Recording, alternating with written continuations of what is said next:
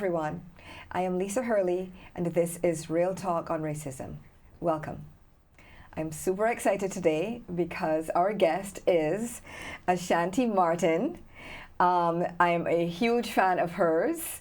She is a writer who has been featured in Forbes, NPR, NBC News, and I would say semi-famously in the New York Times. She has been widely recognized for her New York Times article, Black LinkedIn is Thriving. We're going to dive into that a little bit. She calls herself an anti-influencer, and one of her many catchphrases is vibe or bounce. And so with that being said, let's vibe. Let's vibe. Let's vibe. Welcome to the show. Let's do it. Hello, Lisa, and I want to echo that I'm such a huge fan of yours and a fan of this show, and I am so pleased and excited to be here. So thank you. Let's vibe. Let us vibe.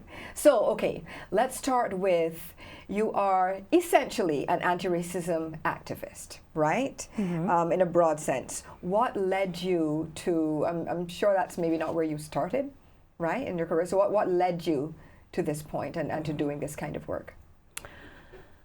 Yeah, I wouldn't say that's where I started in my career, but I think that like many people, over the past 2 years, what I've striven to do is find greater alignment with my career and the things that I've always been passionate about. Right. My experiences, my identity, the lens through which I view the world.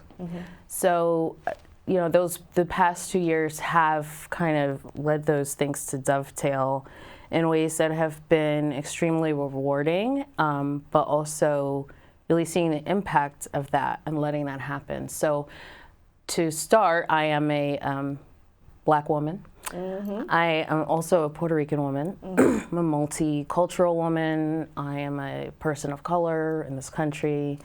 So my experience have always been attuned to how our differences, but also our commonalities, and particularly to injustice and inequality. It's been something that I've noticed from my earliest memories as a child.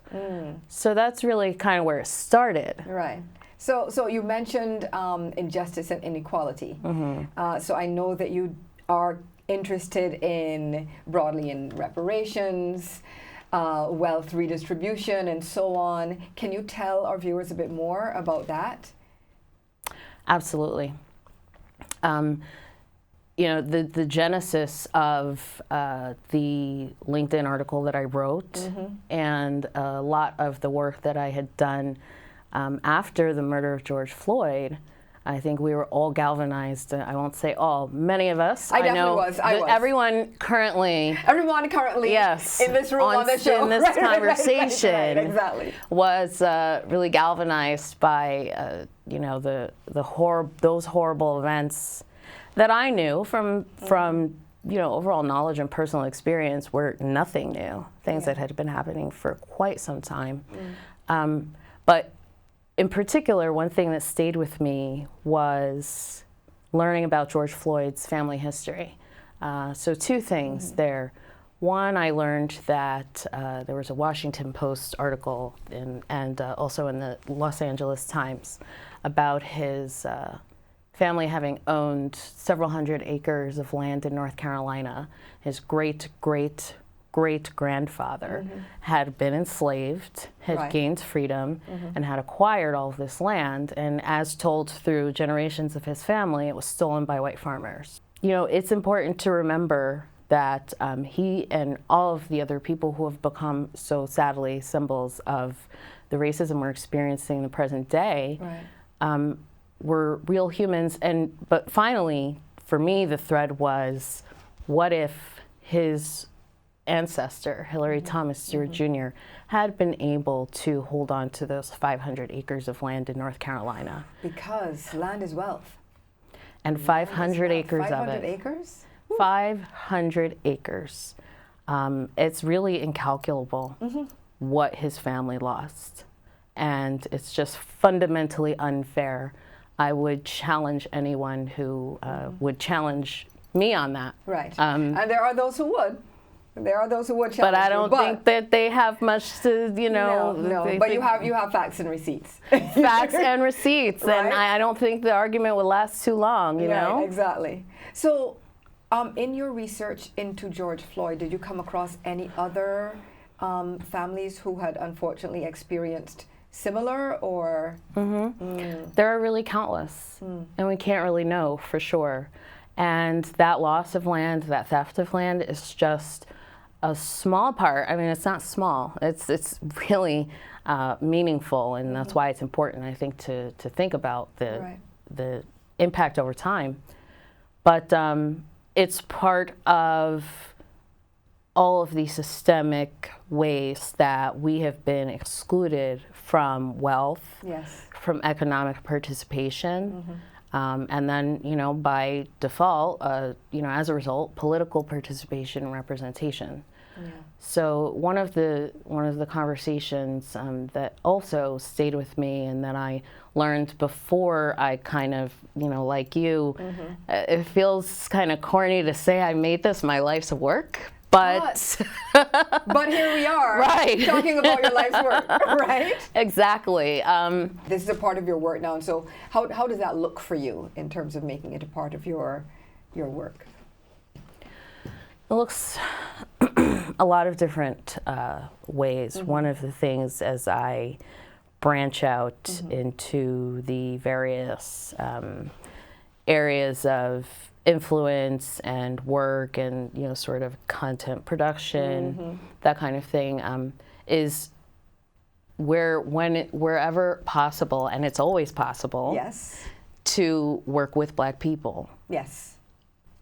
To me, that is just, it has given me so much joy to be able to connect with people like you and so many others. Likewise. And to really think about, keeping things in the community. Yeah, being intentional about that. And being very intentional about that. Yes. And really reconnecting with the how it's different to just kind of work with us. It is a different experience. Yeah. It is a different experience. Speaking of which, speaking of the Black experience, in sort of like the digital domain, let's go back for a minute to the article, the New York Times article, Black LinkedIn is Thriving. You guys, do yourselves a favor and read it. It's an excellent one, right? I'm so glad that people are still discovering it. It's still a thing, and this is what, 2 years later? So it's I always say it's 2 years, but it's actually right around now is 2 years of the sort of genesis, the beginning so of that article. Can you take us back to the genesis? Yeah. So it was about 6 months in between the genesis of the idea, the seed, and publication. So that was an interesting 6 months. Yes, I know. You always think, and even I'm a writer myself as well. I haven't written for NY Times, but I hadn't either. Right. But before then. Exactly, but one day. But often a lot of us are on such a tight deadline. That is interesting to me to hear that. Okay, it took 6 months for you to let it sort of fully come to fruition. I think there's a lesson in there somewhere. Yeah. I think so. I think that, and there's been a lesson for me in accepting that that's how I work. Yes. And it doesn't really necessarily match the pace of our everyday life and what people expect. Yes. But yes. it's also what was birthed. It's me. Right. That's how I create and produce. And it can be a struggle when people like it and they want more and they expect more, and I struggled a lot with that. Yeah. Like, okay, well, it has to germinate. Yeah, I know. It has to germinate. I need a full 6 months to process, and now you're putting pressure on me, and I don't work that way. But so the genesis was about 2 years ago, and I really just saw how we were, and I say we. In general, but also very specifically, because you were among those people. Yep. There were so many people among the ranks of Black LinkedIn who didn't make it into the article. No, but I mean, look, there's so many. I can't mention everybody. You can never. It's like every time any of us, and many of us are connected on LinkedIn, and You know, there are times like for reasons that we're discussing here, you don't see each other's content because it's been suppressed or the algorithm is not in our favor. It's not that you don't want to. So that's one of the things that, when the genesis of the idea wasn't very much focused on the technology, the actual product of LinkedIn, the algorithm, the coding. The genesis was really, this is how we're making a difference. Essentially, we're doing what we did on and for Twitter via Black Twitter, but we're doing it on LinkedIn. And here's the difference, and here's why that is important. That's why you should pay attention, because I was paying attention, and I said, this is something that people should pay attention to. So, and then I guess someone at the New York Times agreed with me and let me do it, and it was great. Fabulous.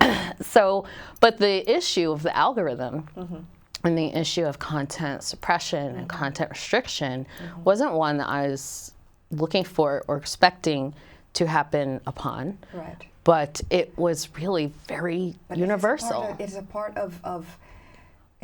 of the Black experience on LinkedIn and on a lot of other social media platforms. Yeah, and for a very long time I had evaded that until finally January of this year, I too was really. What? So can you tell us a bit more? Temporarily about banned. Were you? Yes. Oh no! I How long felt were you banned for? I had mixed feelings. I was proud, and You're like, I finally made it. I know. That's hilarious. What was funny is that the content was suppressed and hidden. I saw that, they put the red tag on it. So I posted it again, and I said this was, banned. And then they did it again, and so then I posted it again. Because it's just who I am, and then they got upset. Let them know that you are not going. You will not be silenced.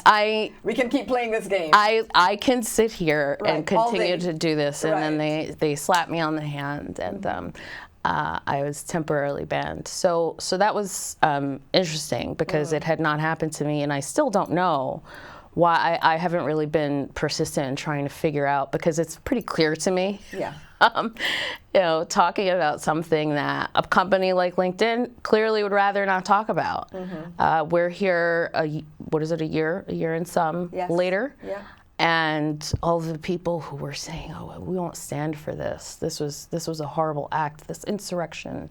People, companies saying they wouldn't contribute to politicians who supported this. Nobody wants to talk about it now. By the wayside. Right. Exactly. Yeah.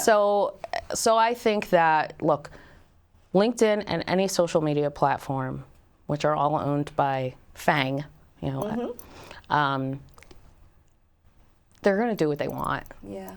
It's unfortunate, but if you look at the composition, so a lot of the reporting of research underlying my New York Times article was about the diversity numbers, so the representation in big tech, really looking at what their numbers are, their workforces. Or lack thereof.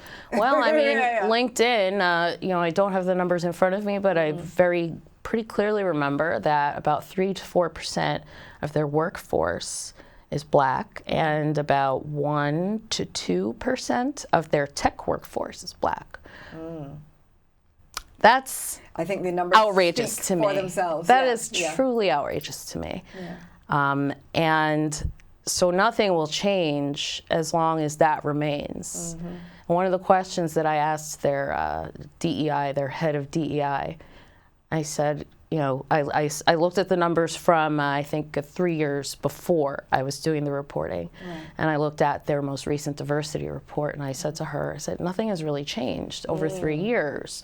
She said, oh, we're working on things, et cetera, et cetera. And I said, do you think that people on LinkedIn are okay with waiting another 3 years? Right. And then to see what? You haven't really come very far in 3 years. Yeah. It's another 3 years. And that's just a refrain that's so common. Oh my gosh, yes. Just wait. Well, how long have we been waiting? Something that I definitely believe in is that, actions are all. There has to be action. The sentiments are wonderful. But what are we backing it up with? What are we putting into action? How is this being actually executed and implemented? Yeah. Right? We need some verbs in there. Right. Verbs and results. Right. Verbs and results. Results. Right. Numbers. Numbers. Are Metrics, nice. I'd like to metrics. see them change. Right, Right. exactly, right. We love data so much. Right. It's something I say all the time. I'm like, well, a lot of people always say, show me the numbers, show me the data, show me the business impact. Yeah. Well, I mean, even in your business impact, I can see there's very little impact. So what are we doing? Right. Switching gears slightly. One of, on your very wonderful LinkedIn profile, right? Thank you. Please follow her, everyone. You call yourself an anti-influencer. Yes. Can you tell me more about that? That's a very specific title with a specific message. And so, tell us more. It warms my heart to know how much that term has resonated with folks. Yes. It was not something that was carefully crafted, at least not in the way that we like to think of like personal brands being carefully crafted. Right. It was carefully crafted in the sense of me understanding how I want to present my voice, which is essentially, you don't have to listen to me. Right. You don't have to support what I say. You don't have to agree with what I say, and I'm not trying to get you to do that. I don't care. So what do you care about? I don't care what you do you care about? What? No, I'm listening, because this is the flip side. The flip side has to be mentioned because people need to understand that it is the not caring, and I'm very much 100. I know we you follow are. Each other. I know. We follow each other, so I am 100% in the camp of, oh well, this is how it is. This is the message. This is the person. Vibe or bounce. Right. Vibe or bounce. Love me or leave me. Right. So but in that, I think, and I see that in you, and I see that in a lot of our peers, contemporaries, friends, and connections. Even though I don't, my goal is not to be an influencer. I've recognized and using my voice. It is influential. Yes. Yeah. And so that's really accepting. I love a good nuance. Yes. I sometimes take the nuance a little too far. I'm all layers. I'm all about layers. Too many layers. Yeah. But sometimes they hit. So that's really the gist behind anti-influencer, is that I recognize that because of the things that I mentioned earlier, my experiences, my viewpoints, my background, my perspective, my education, that when I speak, it is influential, and I've witnessed that over time, and I'm finally in a place where I can accept that. Okay. So you're doing all of this anti-racism work. Is there ever a time when you get tired? Is there ever a time when it gets to be too much, and when you kind of want to step away from it all? Yeah. She's like, currently? That's such a hard question. But what I will say is, for example, over the last 3 months, Right. I haven't really been following any news. Interesting. None. And I'm a news junkie. I'm a news hound. Right. I was a newspaper reporter for many years. Part of it is that feeling of, feeling like whether I look or not, just like, we with these videos, a lot of us just don't watch them anymore. Yeah. And it's because there is that feeling of me watching this is going to change anything. Nothing has changed. Nothing is changing. I try not to let that defeat me because I don't fully believe that, but I do believe. I believe that it's worth working for change, but I don't think subjecting myself to this stuff all the time is the necessary ingredient for that. Right. I've done a lot of work. I feel like I've done a lot of work. You've done a lot of work. We deserve to take a break, and there are a lot of other people who need to do some more work. Yes. So, yes. Yeah. I absolutely agree with that. And that is definitely part of the purpose behind this show is to help sort of get more messaging out there and provide people with ways and reminders and inspiration for, okay, you're getting this education, you're getting this inspiration, and here's now it's your turn. You go forth, Go forth and do the work. Go forth and actively be an ally and so on. So Yeah. Go definitely. forth and do better. Right. Go forth and tell people around you to do better. Don't be afraid of Yes, it. yes. You can always, when I say look to us for the vocabulary that you need to, I don't mean literally come to me and ask me what you should do or say. But again, I think the term, sometimes I feel it's overused, but it's apt. Google is free. Our LinkedIn profiles are free. Yes. You're free to follow me. Right, and we have, like, there's so much, just looking, for example, at your featured posts, just as an example. There's a plethora of information there that's available for people to go and digest, sit with, and then go forth and act upon. Right. So please do that. Please do that. Well, I have already done that, and now I'm going to go relax or do whatever I choose to do. So okay.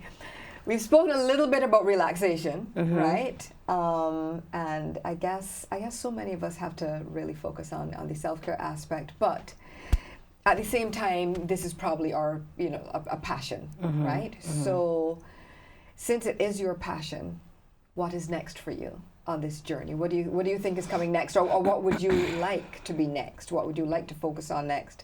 And what's your vision? I'm asking 10,000 questions, right? Deep ones. Deep questions. Every single question. What is the meaning of life? Well. Right.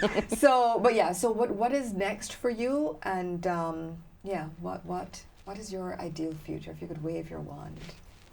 Well, if I could wave my wand, Yes. I would make tons of money appear. Yes.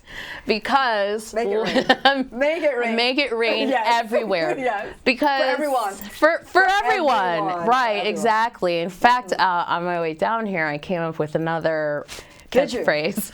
Do tell. I love your catchphrases. And you're the one who said you need to trademark catchphrases. And I was just like, and that trademark. relates IP. directly to, exactly.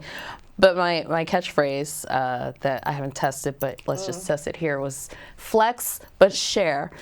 Love it. Right? I love. Oh my gosh. Like, you're brilliant. it's with that. okay. Okay, so I'm expecting very shortly to see that on LinkedIn somewhere with a good trademark sign next to it.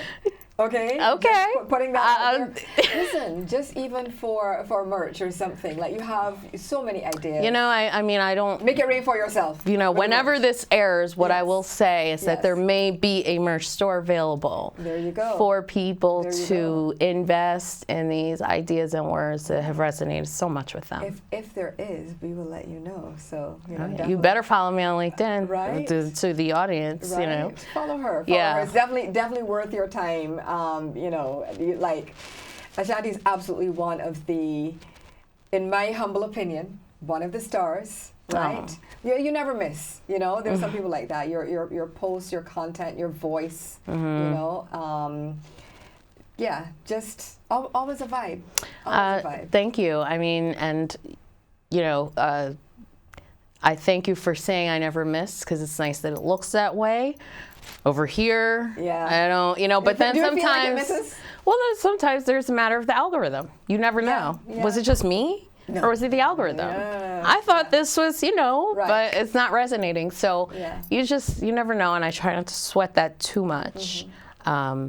But, the flex or share, flex but share Yes. is, don't be afraid to put yourself first, to enrich yourself, but share the wealth. Yes. Share the wealth. You don't have to wait. Which brings us right back to like what your focus is on, right? Exactly. Yeah. Exactly. Literally sharing the wealth. And so just like working with other Black business people, thought partners, that kind of thing is, we've talked about this. Yeah. Let's get it together. So it is about me, but it's not just about me. It's about us. And that's one of the things that I think is missing from certain environments or Yes. spaces in Yes. professional life that are comprised of 1% to 3% of Black people, is just that ethos of, not just for me, but for us. For us. You know, and it doesn't have to be mutually exclusive. So that's really, so as far as what I see for myself, to get back to your other deep question. People have said I do ask too many deep questions. I've been told that before. I'm such a deep thinker. It's so gratifying for someone to really like plumb the depths, because to get it out of my head. Good. But you know, what I would like to do is to really focus on, you know, I don't love the term content creator, but I'm looking to develop a media company, something very broad. Yes. That really can encompass all of the modes of communication and creation that I love. So, you know, for example, newsletters. Many of my favorite media is newsletters. One of them is called Sharon's Anti-Racism newsletter. Is it now? Yeah, you should definitely check that out. Yes. It's by a fantastic writer named Sharon Hurley Hall. Newsletters, podcasts, you know, content creation on LinkedIn, videos, live web series, webinars, these kinds of things, and really to have it focus on the topics that I'm interested in and my perspectives, and then bring in people who share those or who can add to those, and really create a place to have dialogue about these sort of sensitive subjects that require, you know, nuanced discussion, but also be very clear about the vision, our shared vision for the future, which is, you know, liberation essentially, is freedom, being able to enjoy all the same pursuits of freedom that everyone else is able to. I don't think that's too much to ask. It feels like it is. It feels really people are making a really big deal about it. They're making it difficult, and it is actually extremely simple. Yeah, but it's triggering a lot of people across the country now, apparently. And that's really, I'm not surprised at the backlash all across the country to the critical race theory boogeymen and all of the bills that want to suppress people who are trans or non-binary or queer. I'm not surprised, but it's really disheartening to see how it is taking over some places. So, you know, it's just, that's why we have to keep doing the work that we're doing, is to continue to resist that. All right. Yeah. So on that note, continue to resist, folks. And thank you again, Ashanti, for being with us today. Thank you, folks, for joining us. My name is Lisa Hurley, and this has been Real Talk on Racism.